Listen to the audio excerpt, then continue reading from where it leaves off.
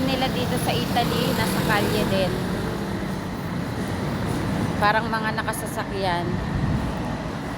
Yan, walking muna ako. Katatapos ko lang mag-breakfast. Dito ako naka-check-in dyan sa Radisson Hotel. Yan, dyan. Dyan ako naka-check-in. Sa 3rd floor kami. Mag-walking lang ako.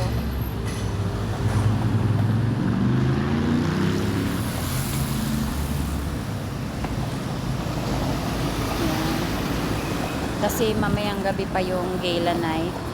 So wala kaming schedule this morning.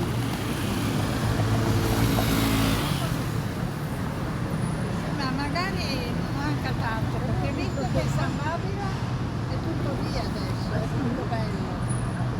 Okay, hintayin ko lang sasabay ako ng tawid sa kanila. Okay. Tatawid na kami.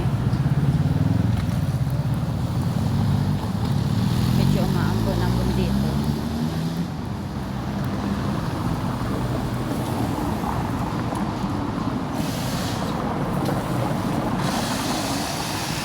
Yan, maglalakad ako. Maghahanap ako na mga shops.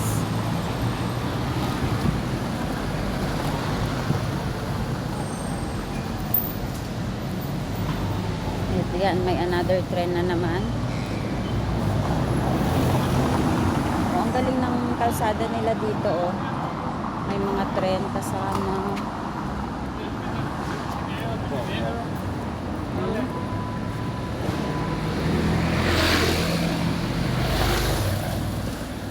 Sa Switzerland tsaka sa France hindi ganito. Iba dito sa Italy. Ayan. Mga trend nila, no? Nasa kalye. Pwede kang mag-trend dito, pwede ka rin mag-Uber.